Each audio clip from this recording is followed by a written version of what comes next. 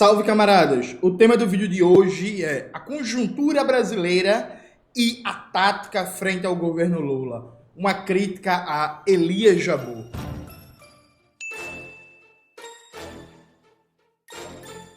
Antes de começar propriamente o tema do vídeo do canal, quero muito agradecer a você que ajuda a manter e melhorar nosso canal a partir do Apoia-se.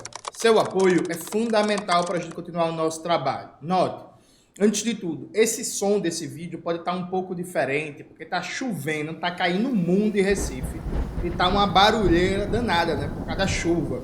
Então, se você estranhar alguma coisa diferente no som desse vídeo, é por causa disso. Aí, vamos lá.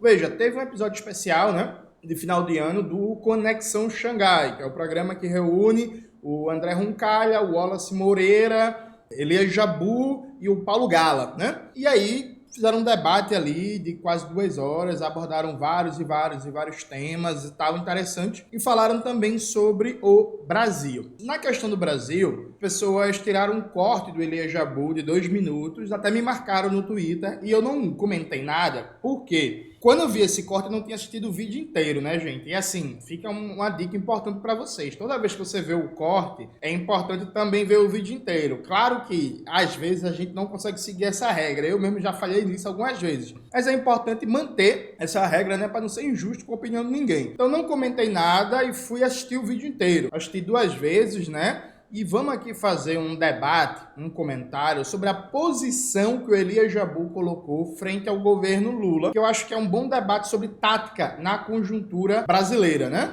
Vou abrir aqui o vídeo para a gente ver a fala do Elias e ir comentando. Vou ampliar aqui. Ano que vem, ou seja, então estou todo tá garantido, voltado. tá garantido. Com certeza.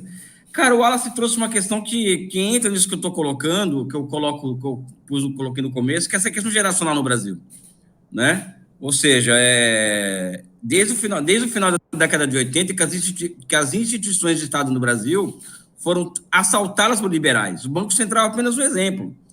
Mas existem vários exemplos de instituições de Estado que foram tomadas de assalto, que tem a forma de pensar como liberais, ou seja, o Estado ele funciona como uma casa, né? A própria forma, por exemplo, que os tribunais do Brasil funcionam, seja os de conta, o Ministério Público, tudo gira em torno de uma dinâmica de acumulação voltada para a formação de poupança ex ante, né? Ou seja, essa questão da poupança ex ante, do ajuste fiscal como regra de limite, quando um país gasta mais do que arrecada, isso invadiu as instituições brasileiras a tal ponto que superar isso não é brincadeira. O Banco Central é apenas a grande expressão, porque eles falam... Veja, eu concordo com Elias que superar isso não é brincadeira, né? Já que o neoliberalismo é a forma de ser do capitalismo na atual quadra histórica. Então, como eu costumo dizer, né, a gente vive um regime neoliberal de capitalismo dependente. É isso, eu concordo. Só que Elias faz um diagnóstico histórico,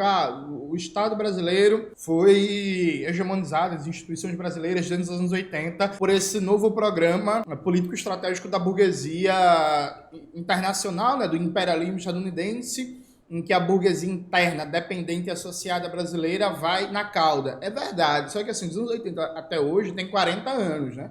Nos últimos 40 anos, você tem organizações políticas, sindicatos, lideranças que hegemonizam a esquerda brasileira. Aí a questão que fica é, nos últimos 40 anos, qual foi a tentativa que foi feita de quebrar essa hegemonia neoliberal? Porque, veja, às vezes se conta a história brasileira de uma forma que é muito engraçada, que é assim, veio o neoliberalismo, e aí o neoliberalismo tá aí. Não. Beleza, galera, o neoliberalismo tá aí, mas o que foi que aconteceu nos últimos 40 anos na luta de classes? E aí eu vou repetir de maneira bem rápida um argumento que eu coloquei no vídeo.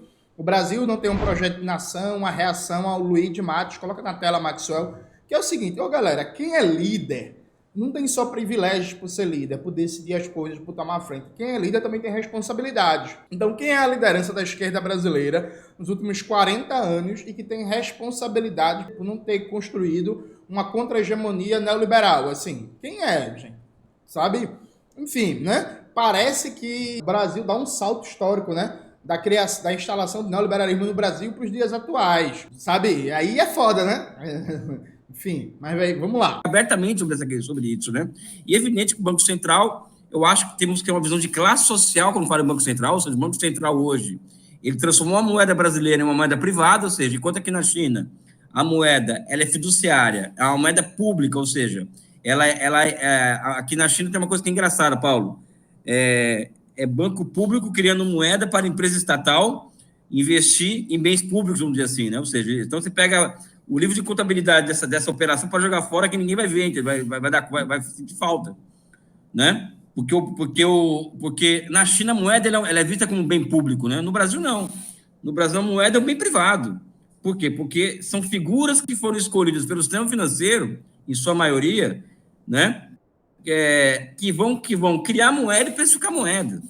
Então, existe uma questão de classe social no Brasil em relação ao Banco Central, né? E poder político no Brasil também, em certa medida, né? E, aliás, em grande medida, é quem toma conta da precificação da moeda, ou seja, não adianta nós termos um governo de esquerda no Brasil, né, um governo de frente ampla, nucleado por forças progressistas, né, quando o Banco Central está na mão de forças estranhas, ou seja, existe uma questão de classe social e é isso que entra, Wallace, que eu acho, a questão... Aí, de novo, né, gente, tem um argumento aqui interessante. A aprovação da autonomia do Banco Central foi feita no governo Bolsonaro, né? Então, no governo Lula 1, 2, Dilma 1 e parte do Dilma 2, né, que ela não terminou, teve o golpe, o Banco Central não era autônomo, né, pela lei. Veja, quem foi que dirigiu o Banco Central no governo Lula? Foi Henrique Meirelles, né, tucano, banqueiro do Banco de Boston. E aí, veja, aí quer dizer, vamos lá. Aí, provavelmente, alguém vai dizer assim, Jones, mas não tinha correlação de forças, não tinha conjuntura, é isso mesmo, não tinha conjuntura para colocar alguém de esquerda, keynesiano, desenvolvimentista, marxista para dirigir o Banco Central. Por isso que teve que entregar para o Henrique Meirelles. É isso? Beleza. Só que aí, meu amigo, então quer dizer que o problema central nem é a autonomia do Banco Central, né? Dado que nessa lógica de argumento, se o Banco Central não fosse autônomo na lei ilegal aprovado durante o governo Bolsonaro, de todo jeito não ia se colocar alguém que tem comprometimento com a soberania nacional, ia ter alguém que tem comprometimento com o sistema financeiro. Então o argumento é circular, né, gente? Porque veja, as pessoas esquecem, eu vou até abrir a tela aqui para conversar com vocês, veja, as pessoas esquecem que na eleição de 2002, que o Lula ganhou a primeira vez, os candidatos da oposição ao PSDB juntos tiveram mais de 70% dos votos, viu, gente? Vocês esqueceram disso, né? Mas assim, somem os votos no primeiro turno do Lula, do Ciro Gomes e do Antony Garotinho. Foi mais de 70% dos votos. O Serra sofreu para ir para o segundo turno. Vamos lembrar que durante uma parte boa da eleição, o Ciro Gomes estava à frente do José Serra. Aí o Ciro Gomes criou, né, aquele bordão, Ciro, mudança ou problema, fez uma campanha de difamação sistemática contra o Ciro, ajudado por certos erros dele durante a campanha, e aí o Ciro Gomes conseguiu passar, aí o Serra conseguiu passar o Ciro Gomes, e no final, inclusive, o Garotinho também, né? Mas veja, o PSDB sofreu naquela eleição, quer dizer que você tem uma conjuntura em que os movimentos sociais, os sindicatos, a classe trabalhadora, naquele final dos anos 90 para começo dos anos 2000, tinha muito mais força do que tem hoje, né? Foi uma das melhores eleições da história do PT em termos de número de deputados federais, de deputados estaduais, de composição de governo. O PT conseguiu ir para o segundo turno em São Paulo.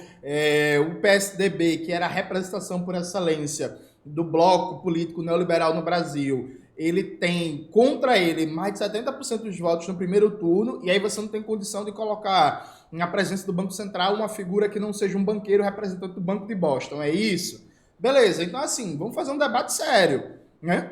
O que se está dizendo como foi que esse Banco Central foi privatizado? Como foi que o controle da moeda brasileira foi colocado nas mãos da classe dominante brasileira? Sabe, gente? Tipo assim, há uma historicidade aqui. É justo, é correto, foi realmente um fruto da correlação de forças a decisão de colocar o Henrique Meirelles na presença do Banco Central? Eu acho que não, acho que foi uma escolha política para a governabilidade sem confronto, e que está explícito na Carta ao Povo Brasileiro lançada pelo presidente Lula, sabe?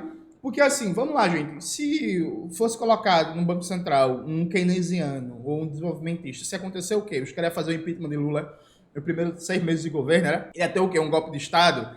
Naquela conjuntura, naquele contexto, sabe? Aí a gente faz um argumento que nunca tem correlação de forças para nada. E nunca tem correlação de forças para nada, nunca se enfrenta nada, mesmo nas melhores condições. Acho que quando as condições pioram, Aí se reforça o argumento, não dá para enfrentar porque não tem correlação de forças. Mas quando vai ter? Quer dizer que depois de uma eleição em que o candidato por excelência do neoliberalismo, no primeiro turno, ele leva 70% dos votos contra ele, ou então, no segundo mandato do Lula, em que Lula tem mais de 80% de aprovação, não tem condição de enfrentar. É isso, não tem condição de enfrentar. Aí hoje não tem condição de enfrentar. Aí amanhã, na próxima eleição, vai se dizer que o Congresso é ainda mais reacionário e tal, e não tem condição de enfrentar. Então vai ter condição de enfrentar quando, assim, sabe? Porque, gente, um debate muito sério aqui com vocês. Beleza, quando você fala assim, a correlação de força é desfavorável. Isso é uma constatação. Em seguida a isso, você tem que dizer como mudar a correlação de força. Não dá só para dizer que a correlação de força é desfavorável. Você tem que dizer como mudar, né? Porque senão a gente deixa de fazer política e faz justificacionismo. Então sai justificando todas as decisões de acordo com o que foi decidido. Então tudo que foi decidido é o melhor possível e não tinha o que fazer diferente. Assim nada muda, né? Como é inclusive a história da República Burguesa no Brasil, desde a volta da democracia burguesa, há mais de 30 anos, em que nenhum enfrentamento estrutural é feito, com a desculpa que não dá para fazer, e assim vai de retrocesso em retrocesso, as coisas piorando cada vez mais, né? O nosso desafio no Brasil é geracional. Na China isso se resolveu com uma revolução, que, aliás, eu deixo aqui, que virou uma moda falar nas redes sociais que o Elias não fala em revolução na China, né?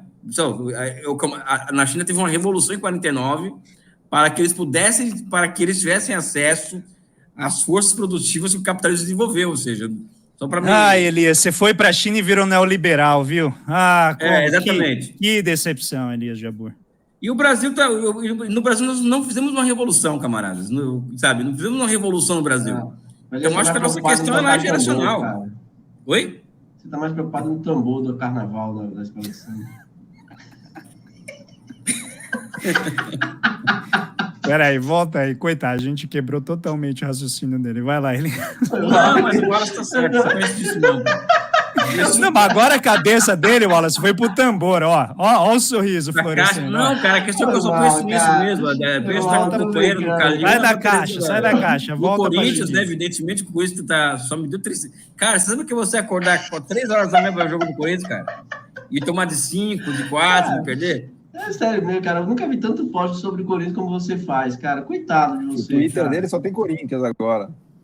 Não, cara, a questão é que, primeiro, que eu não posso mais me manifestar, eu acho que é correto isso em redes sociais sobre o meu trabalho, porque existem códigos de confidencialidade no banco que não me permitem certas exposição de opiniões. Eu acho que isso é correto, ou seja, é um banco multilateral, sabe, que, enfim, não tem muito para onde, não tem, e tem códigos de confidencialidade. Eu participo de operações confidenciais, ou seja, uma série de assim como o próprio Wallace e o Paulo Gala.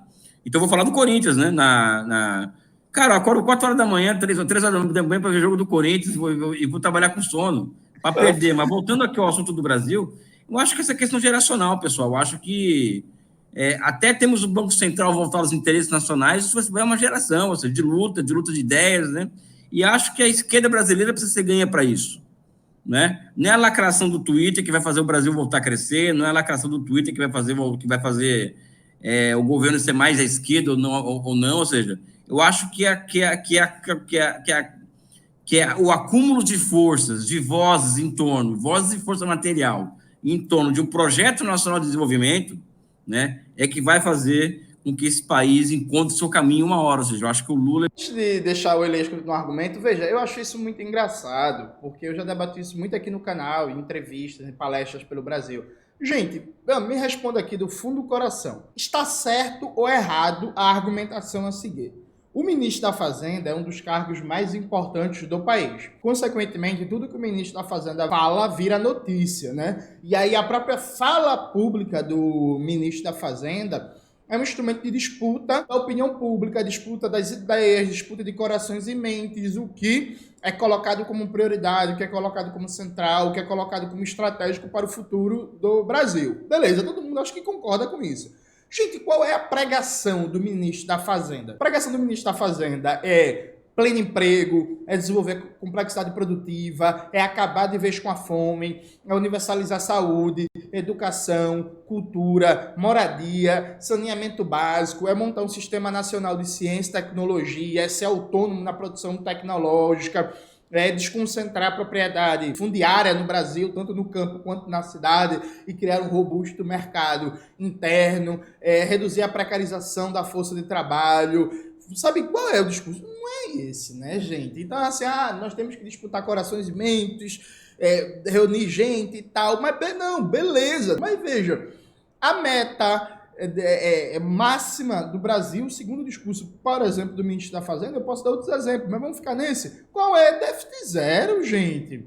É equilíbrio das contas públicas, é responsabilidade fiscal. Eu fiz um vídeo aqui no canal, bota aí na tela, Maxwell, por favor, a pergunta que Fernando Haddad não respondeu, mostrando que, sendo questionado pela deputada Fernanda Mequiona, o Haddad disse que não cabe, nesse momento, existir um protagonismo público, do investimento público, como teve no governo Lula 1 e 2. O Haddad disse que agora é o momento do investimento privado dirigir o ciclo econômico no Brasil. Foi o ministro da Fazenda que disse. Vocês pegam as entrevistas dele na Globo News, no Canal Livre, na CNN, em todo canto. Qual é o discurso do ministro? É o discurso de austeridade, equilíbrio das contas públicas, déficit zero, déficit zero, déficit zero. Dentro desse discurso que o Elias acabou de criticar como se as finanças públicas fossem a conta de um orçamento doméstico.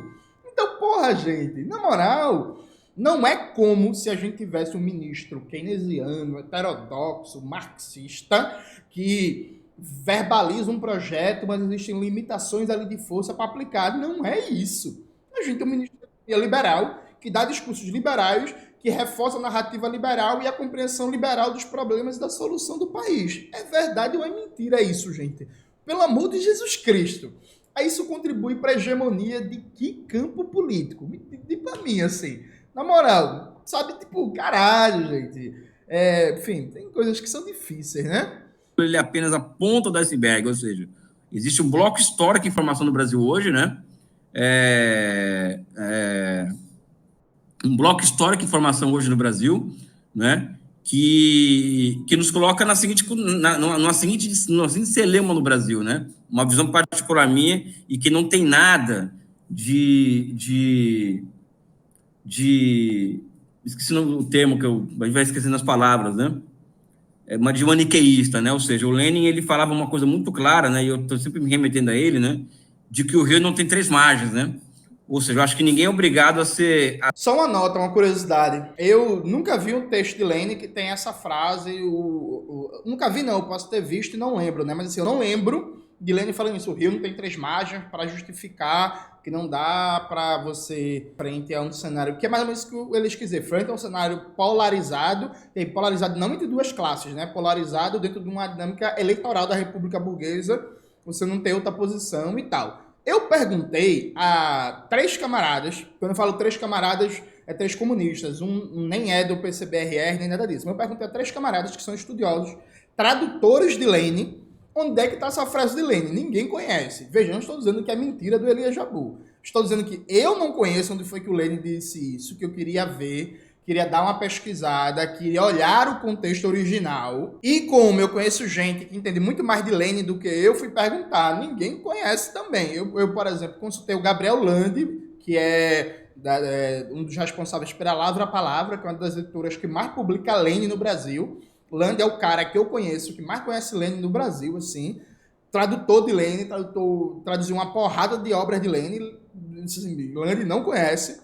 Perguntei ao Gabriel Lazari, que também é tradutor de Lenin, inclusive o Gabriel Lande e o Gabriel Lazari lançaram juntos, né, o livro famoso e importante livro, O Centralismo Democrático de Lenin. Gabriel Lazari também não conhece. E perguntei a um camarada, inclusive é próximo do PCdoB, do Elias Jabbour, que traduz Lenin para várias editoras e tal, inclusive para Boitempo.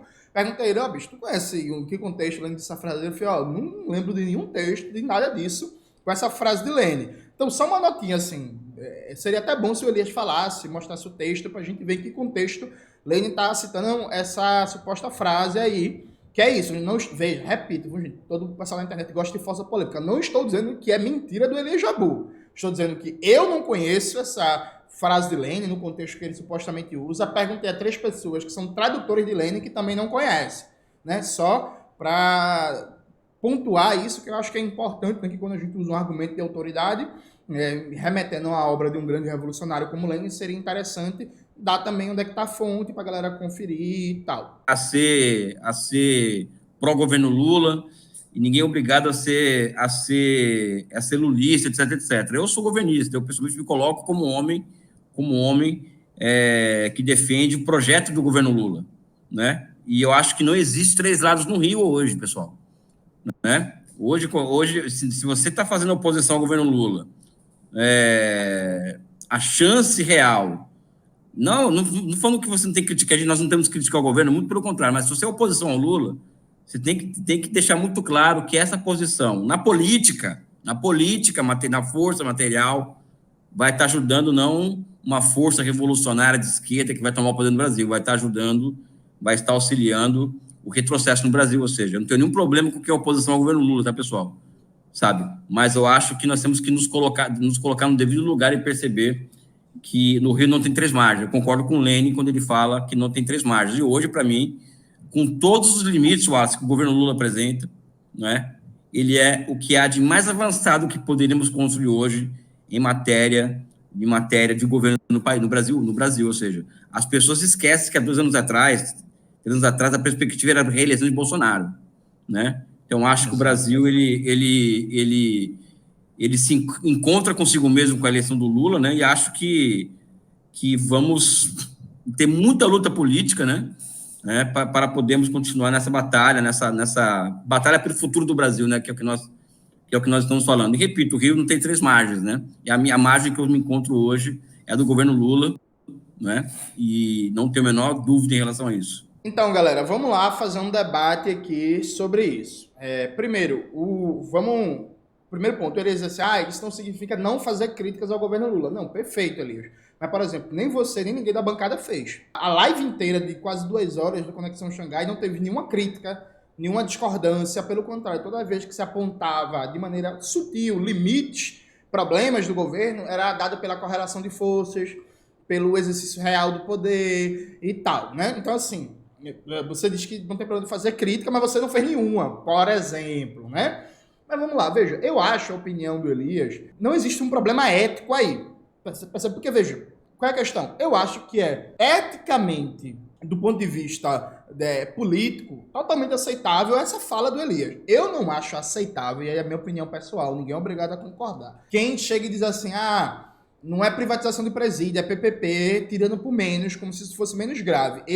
Para mim, quem fizer uma fala dessa, eu rompo politicamente, viu? Agora, em Recife, por exemplo, o prefeito da cidade está indicando a iniciativa para privatizar 43 unidades básicas de saúde. Quem justifica isso para mim, eu rompo politicamente. Eu não quero mais assunto. Sabe? É isso. Me justificou privatização de UBS, justificou privatização de presídio, justificou barbárie, violência policial e por aí vai, sabe?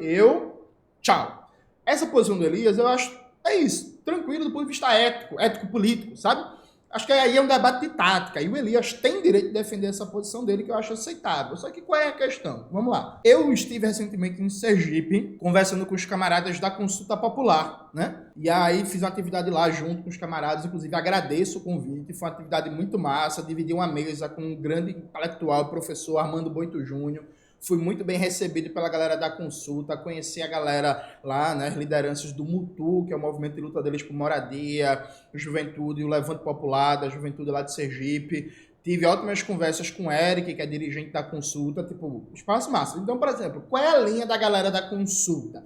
Que eu acho uma linha muito boa. Veja, não é a minha, mas é uma linha que eu tenho um profundo respeito. É unidade na luta. Então a galera da Consulta discorda, faz a crítica, tanto a crítica pública como a crítica em vários espaços, né, da militância, da construção de base e tal, as medidas liberais ou neoliberais do governo Lula, mas ao mesmo tempo apoia, né, as medidas que considera positiva para a classe trabalhadora. Então a linha dos camaradas não é, nós não somos nem oposição à esquerda ao governo Lula, nem somos governistas no sentido de defender cegamente o governo. A linha dos camaradas a gente faz o combate às medidas neoliberais, às medidas que prejudicam a classe trabalhadora e apoia e elogia as medidas que a gente considera que são importantes para a classe trabalhadora, para o enfrentamento ao fascismo e por aí vai. Veja, uma linha política muito boa. Uma linha política respeitável, que você pode discordar, mas assim, por que essa linha política ela é boa? Porque ela dá conta de uma coisa que é a complexidade da própria realidade, que existe uma extrema-direita fascista, sim, atacando, por exemplo, o governo Lula, atacando, sei lá, o Flávio Dino, não querendo que o Brasil vá para o STF, tentando avançar em pautas reacionárias no âmbito das liberdades civis e por aí vai. Mas existe também um núcleo neoliberal, que ao meu ver é hegemônico dentro do governo, mas tudo certo, isso é outro debate. Existe um núcleo neoliberal que está pautando ataques à classe trabalhadora, à soberania nacional, às relações de trabalho, que precisa de respostas também, porque não dá para fingir que a luta de classes no Brasil está resumida a bolsonaristas e petistas, quando, na prática, por exemplo, quem está encampando a privatização de presídios no Brasil não é a direita reacionária no Congresso, né? É o próprio governo Lula, que editou o decreto, é decreto presidencial, viu, gente? Decreto presidencial, parte da presidência, não do Congresso. Editou o decreto 11.498, de 25 de abril desse ano, que coloca para privatizar, via PPP, presídios, segurança pública, saúde, educação, parques nacionais, unidade de conservação, águas e saneamentos e por aí vai. Eu já debati muito aqui com vocês que, por exemplo, né, mais de 57 entidades lançaram uma carta pública, que foi publicado em outras palavras, coloca na tela, Maxwell, por favor. E aí nessa carta, por exemplo, eles mostram que o BNDES está apoiando a privatização do regime de águas no Brasil e do saneamento, percebe? E que o BNDES, inclusive, está reduzindo o financiamento para empresas públicas do setor e destinando recursos para a empresa privada. Mostra-se que o Conselho Monetário Nacional, que o governo Lula tem a maioria e que não passa pelo controle do Congresso, o Conselho Monetário Nacional Simone Tebet, Fernando Haddad e Campos Neto, limitou a captação de recursos por empresas públicas da área de saneamento e crédito à vontade para empresas privadas. Isso são iniciativas neoliberais do governo.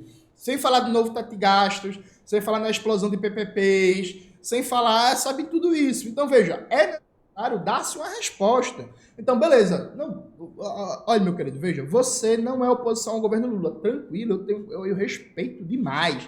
Você acha que não existe espaço para uma oposição à esquerda ao governo Lula. Beleza, eu respeito demais. Eu acho que é uma posição, do ponto de vista conjuntural, tático, aceitável, mas isso não encerra a conversa. Vocês entendem? É preciso dizer, não, beleza, você não é oposição. O que é que isso significa? Isso significa, vamos lá, 3 opções. Isso significa que, apoiando o governo Lula, você se propõe a criticar todas as medidas que atacam a classe trabalhadora.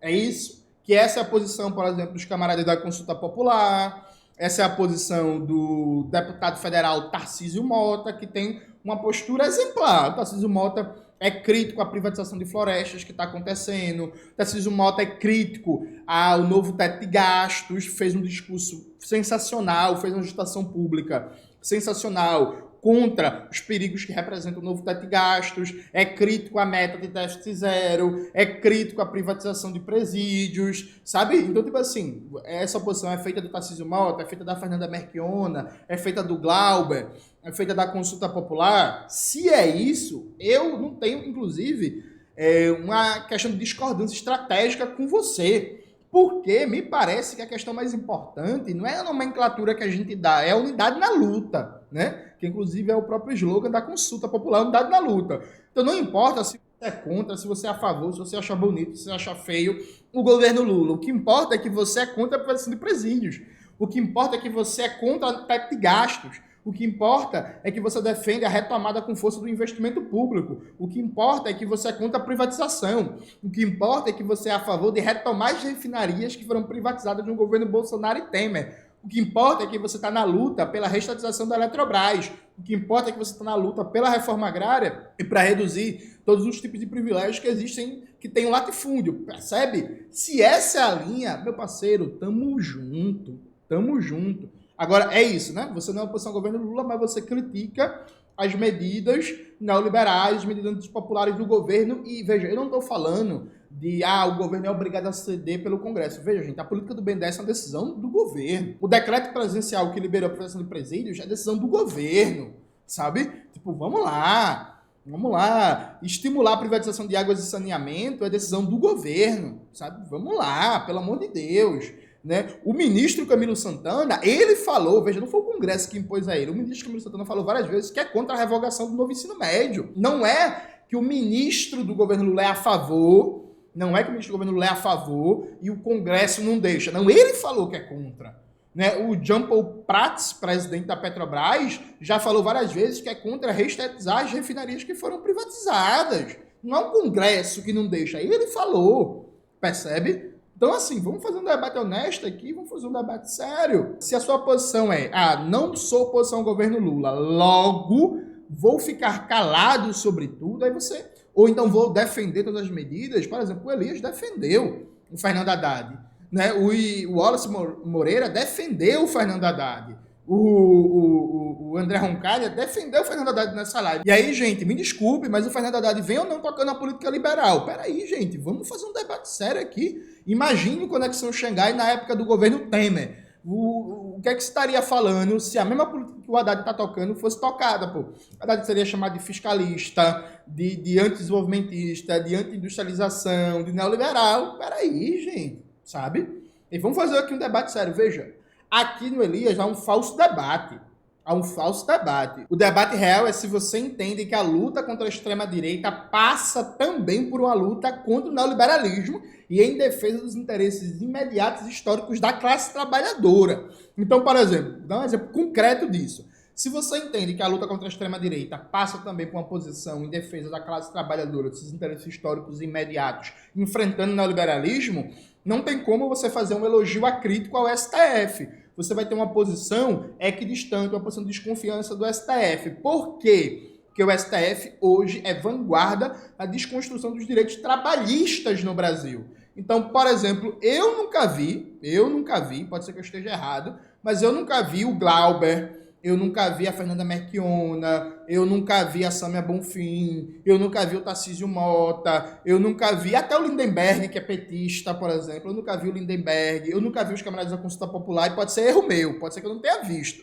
Mas assim, eu nunca vi eles entrarem nessa onda, Xandão, viva Xandão, Xandão salvou a democracia, e viva o STF é lindo. Eu nunca vi eles entrarem nessa onda, porque eu imagino que eles saibam o papel do STF na desconstrução dos direitos trabalhistas e, digo mais, o papel do STF em sancionar todas as privatizações ilegais que aconteceram no Brasil nos últimos anos. Então, se você entende que a luta contra o fascismo tem que estar conjugada com a independência de classes, de enfrentamento também ao neoliberalismo, a sua posição frente ao STF não vai ser uma posição de louvação à crítica ao STF e o Xandão. Se você tem uma posição que a luta contra o fascismo passa necessariamente por enfrentar o neoliberalismo e por melhorar as condições de vida da classe trabalhadora, você necessariamente vai ser um crítico da austeridade. E aí você pode escolher, como muita gente faz, que é assim, critica o Haddad, mas não fala mal do Lula. Não critica o Lula, a política de austeridade. Como se a política de austeridade fosse do Haddad, não do Lula. Tranquilo, gente. É isso, é da vida. Veja, eu divulgo vários textos de um economista, que é um dos caras que eu mais acompanho nessa conjuntura, que é um economista muito bom, que é o Paulo Clias. Os textos do Paulo Clias estão publicados no GGN, estão publicados em Outras Palavras, no Vermelho à Esquerda, em vários sites de esquerda. Normalmente ele adota essa linha, né? Ele faz a crítica à política econômica de austeridade, é um crítico muito qualificado, só que ele normalmente coloca só na conta de Haddad e não de Lula. Eu não deixo de divulgar os textos do Paulo Clias. Quem acompanha minhas redes viu que eu passei o ano, inclusive, compartilhando, divulgando, recomendando o texto do Paulo Clias. Veja, para mim não é o problema se você quer adotar a tática de achar que a cabeça do Lula está em disputa e que a responsabilidade pela política de austeridade que emana do governo é só do Haddad. Para mim, o central é você dar um enfrentamento à política de austeridade para não se normalizar esse tipo de barbárie, né? Esse tipo de ataque sistemático à classe trabalhadora e serviços públicos. Percebe? Então, assim, zero problema. Só que o que é que isso significa? Eu tenho certeza que se eu perguntar ao Paulo Clias, ele vai dizer que não dá para combater o fascismo mantendo uma política neoliberal que vai frustrar as expectativas da classe trabalhadora. O Davi De Castro, economista do PSOL, que é provavelmente o economista que eu mais sigo nessa conjuntura, o Davi, a perspectiva dele, que ele falou isso abertamente já em dezenas de entrevistas, de textos, de posts. A perspectiva do Davi, ele critica a política de austeridade, ele critica o novo teto de gastos, porque ele quer que o governo Lula dê certo. E na avaliação dele, que a meu ver está correta, a única forma de o governo der certo é ele não continuar com essa política de austeridade materializada no novo teto de gastos e reforçada pela meta de déficit zero. Então, veja, o Davi não é oposição à esquerda ao governo Lula. Então, assim, é um falso debate. Ah, eu posso da esquerda, não é? Não, tipo, eu, por exemplo, falando da minha postura, eu divulgo, eu dialogo, eu referencio várias pessoas. Quem acompanha a minha produção tem visto que eu tenho divulgado muito, por exemplo, os materiais do Outras Palavras, né? Um site muito importante. Outras Palavras, ao meu ver, vem fazendo a melhor cobertura do Brasil, do acompanhamento da política econômica, do acompanhamento dos desafios que a gente tem colocado nessa conjuntura. A postura do Outras Palavras é de apoio ao governo Lula, mas criticando todas as medidas que eles acham errado. Eu deixo de divulgar Outras Palavras por causa disso? Não, porra, porque Outras Palavras vem fazendo uma crítica às políticas de austeridade, de precarização do mundo do trabalho, de redução da capacidade de planejamento do Estado brasileiro, de aprofundamento da desestatização dos serviços públicos e por aí vai. Percebe? Então, assim, no mundo real, o mundo não é dividido, na real, contra e a favor do governo. O mundo real é dividido, nas esquerdas, entre duas táticas. E aí, essas duas táticas têm gradações diferentes. Por exemplo, tem gente que acha que a luta é só contra o fascismo e todo o resto é secundário. Isso significa entubar todas as medidas neoliberais postas também pelo governo Lula e ficar calado, né? É isso. Então, por exemplo, tem gente do PSOL, tem deputado do PSOL que ficou calado sobre o novo teto de gastos, não falou nada, está calado sobre a privatização de presídios. Tem gente do PSOL que votou a favor, viu, gente? Votou a favor da meta de déficit zero na comissão orçamentária da Câmara. Um deputado aqui de Pernambuco, do Rede, né, a Federação PSOL Rede, e outro deputado de São Paulo votaram a favor da meta de déficit zero.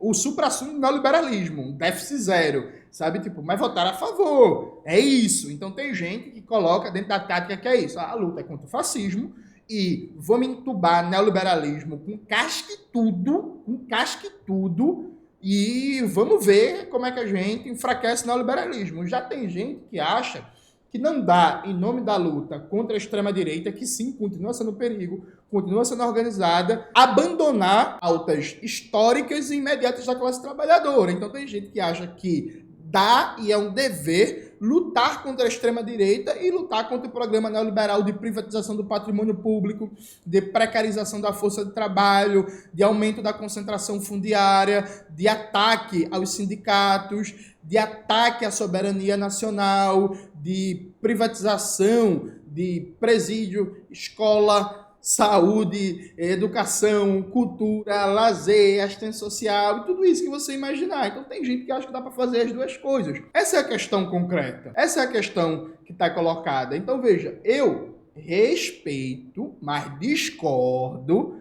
quem acha que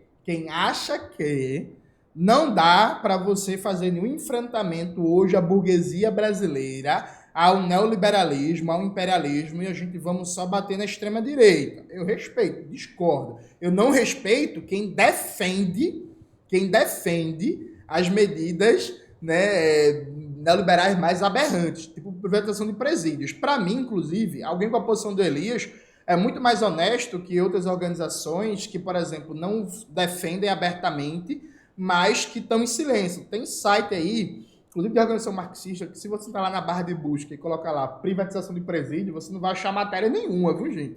Nenhuma. Então é isso. Respeito. Agora sim, esse é um falso debate, viu, Elias? Porque, veja, a gente começa a reflexão dele dizendo assim, as instituições brasileiras foram capturadas pelo pensamento, pelo projeto neoliberal dos anos 80. tranquilidade mais, Elias. Ô, Elias, qual é a consequência do novo teto de gastos? Né? Qual é a consequência do novo teto de gastos?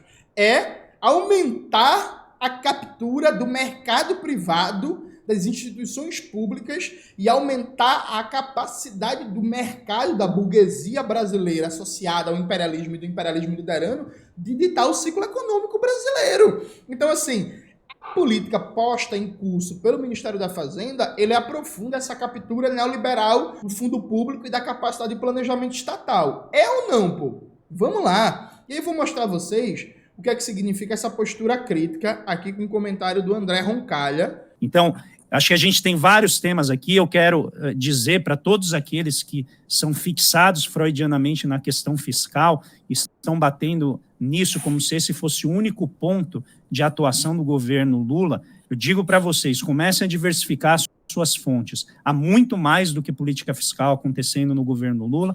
O Brasil teve uma expansão de gasto com a PEC da transição, que não é algo a se deixar de lado, de quase 2% do PIB, e é evidente que isso encontra uma série de resistências do ponto de vista do Estado, que estava absolutamente destruído, né? O que a gente encontrou com a vitória do presidente Lula é uma destruição. Veja, os companheiros do Conexão Xangai passaram a live inteira e não falaram sobre o novo teto de gastos, né? É simplesmente um não assunto. Aí veja, o próprio governo Lula considera que o novo teto de gastos, vou até abrir a tela aqui, que o novo teto de gastos foi a política econômica mais importante aprovada esse ano. Isso é a análise do próprio governo. E aí os companheiros do Conexão Xangai passaram uma live de quase 2 horas sem adentrar no tema. Aí quando adentra no tema, olha a fala do André Roncalha. Não, para os companheiros que estão numa fixação freudiana sobre a questão fiscal, eu recomendo diversificar. Gente, o que é a questão fiscal? Basicamente é dizer, por exemplo, o limite das possibilidades do gasto primário do Estado. O que é o gasto primário? É o gasto com saúde, com educação, com cultura, com lazer, com meio ambiente, com infraestrutura, com ciência e tecnologia nos próximos anos. Sabe o que é que significa a partir de 2024 começar a funcionar um novo teto de gastos? Significa que segurança pública já perdeu orçamento. Significa que ciência e tecnologia já perdeu orçamento. Significa que as universidades públicas não vão ter recomposição orçamentária suficiente a partir de 2024. Inclusive, o Fórum dos Reitores das Universidades Públicas soltou uma nota desesperado falando da situação orçamentária desastrosa que as universidades podem pegar em 2024 por causa do orçamento. Significa, gente, que ano que vem já 2 milhões de trabalhadores públicos federais, ativos e pensionistas já não vão ter aumento, e a perspectiva não tem aumento para 2024 e 2026.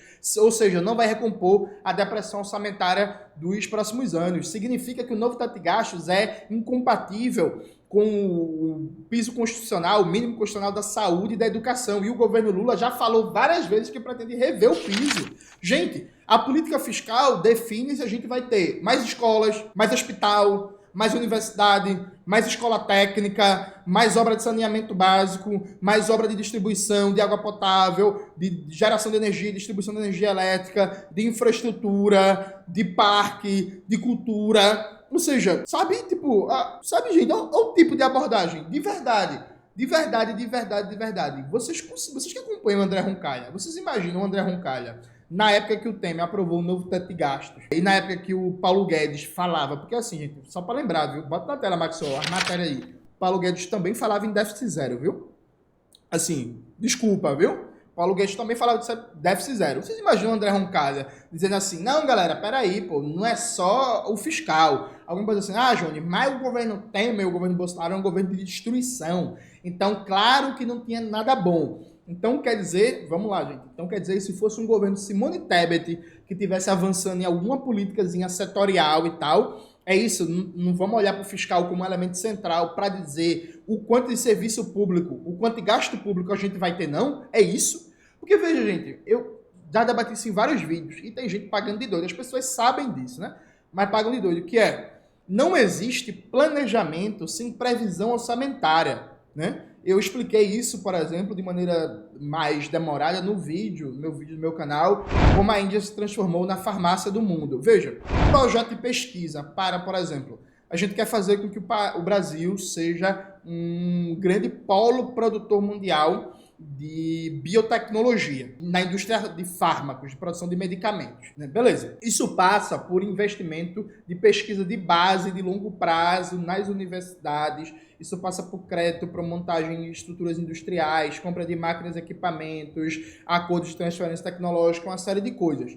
Qualquer transformação num polo produtor importante em alguma tecnologia de ponta exige investimento de longo prazo. Investimento de longo prazo exige projeto de longo prazo. Mas como é que você vai fazer um investimento de longo prazo se você não tem garantia que daqui a 2 anos um orçamento para um projeto está garantido? Vocês entenderam isso? Vamos imaginar que hoje a ministra da Saúde, a Nízia Trindade, que é uma ministra muito qualificada, que tem uma história muito boa e tal, a ministra vai assim, ó, bicho, a gente vai ser autossuficiente na produção de ingrediente farmacêutico ativo, IFA, né, que é fundamental para a produção de praticamente todos os medicamentos, e hoje o Brasil importa 90% dos IFAs que ele consome. O que é que isso significa? Ó, nos próximos 20 anos, a gente vai ser autossuficiente em IFA. Beleza. A consequência prática disso é uma garantia de continuidade de previsão orçamentária para manter esse projeto por 20 anos.